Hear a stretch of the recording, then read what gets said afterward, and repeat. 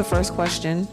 If you could just give us a little history, a little bit of the physiology of diabetes, like how does somebody get type 2 diabetes in particular? You can talk about type 1 if you want, but I want to focus on type 2. Okay, so I got to think about it in layman terms. So let's think about how our body processes what we eat. Let's start looking at it like that. So we eat a Johnny cake. Let's bring it home. So we eat a Johnny cake. It goes in our mouth, we chew it, we digest it, it goes into our stomach. Johnny cake is not direct sugar, but it's carbohydrates, and our body breaks that down. It breaks it down in our stomach, in our intestines, and eventually our intestines absorb the glucose. Okay, so the glucose is the sugar that our body absorbs, and that goes into the bloodstream. So you have the glucose in the bloodstream. This is what happens in normal people, and then I'll tell you what happens in diabetes. So the glucose is in the bloodstream, and everybody's cells, everybody's body needs glucose to function. So the glucose is in the bloodstream, is milling around, going to where it needs to be. So if I went on a walk with a dog today, it went to my thigh muscles because those were working when I was running up the hill trying to finish it in the hour because we were given a task. So if I'm at work thinking hard, trying to balance two cases, then it's going to my brain because our brain can only use glucose. Right. So what happens in order for the glucose to come out of the blood and then into the cells, into our brain, into our muscles, insulin is like the key that opens the door to let the glucose in. So you have, this is a cell, this is the muscle cell, this is my brain cell.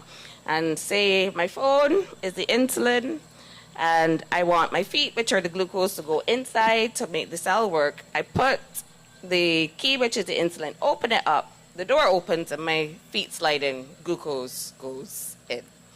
So that's what happens normally.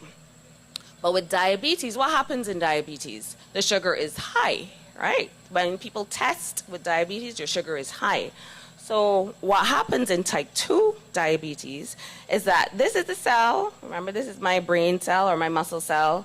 This is the insulin just around, but it's just not, it can't open the door, and all the sugar is over here, and it's just getting higher and higher and higher. So this is, the insulin is around, so some insulin is there. So in the early stages of diabetes, some insulin is there, but the cells don't recognize it as well as it should. They're not as sensitive to the insulin as it should be.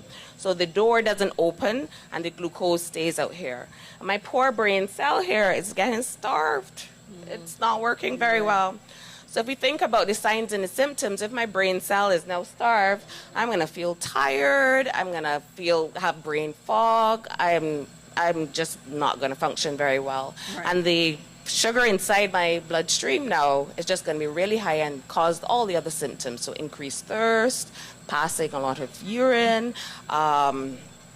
the blurred vision, poor wound healing that you would speak of. So that high blood glucose is the problem, and that insulin resistance. So I can't get that open. That's where type 2 diabetes occurs in the initial circumstances. Okay.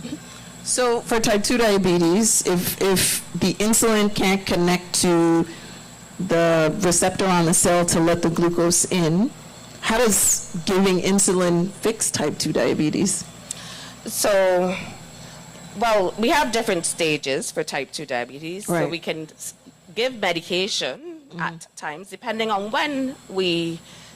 at what point we diagnose the person. So sometimes medication, tablets are the first indicator because it just helps the cell recognize the insulin a little bit better. So it's like, okay, look me here, this is where the hole is, open the door, and then it helps it to go in. So the tablets help in that way.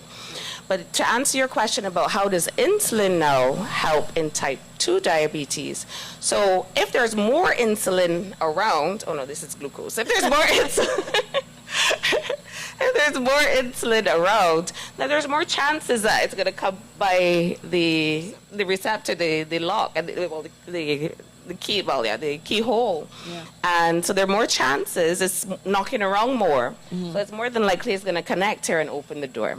So yes, that's where sometimes we have to start persons on insulin when they're diagnosed with type 2 diabetes because of the stage at which they're at. I just want to interject with one thing there. Yes, please. To address, I told you I talk a lot. Yeah, please, go right ahead. We're here to learn. To address one sort of misnomer. So, I don't know, it's a common thing in the Caribbean. We're not going on any insulin. Once you got that insulin, you don't come off.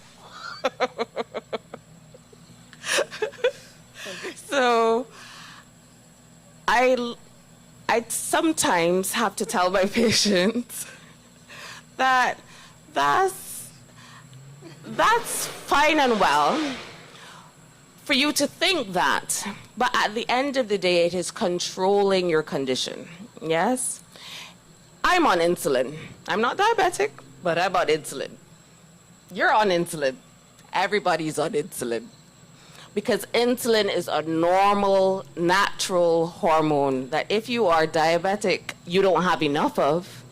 If you are not diabetic, you have sufficient amount of insulin around. Everybody has insulin around. So if you have diabetes, I need to help you. I need to give you a little bit more insulin so that your body can respond to it. It has to do with your level of control. And at the end of the day, going back to your Lamborghini story, it is about that function, ensuring that the vehicle, the body, when you get one, we have to look after it. So it's ensuring that it's performing. We heard the car revving up. We ensure that we're performing at our best and not selling ourselves short. Right.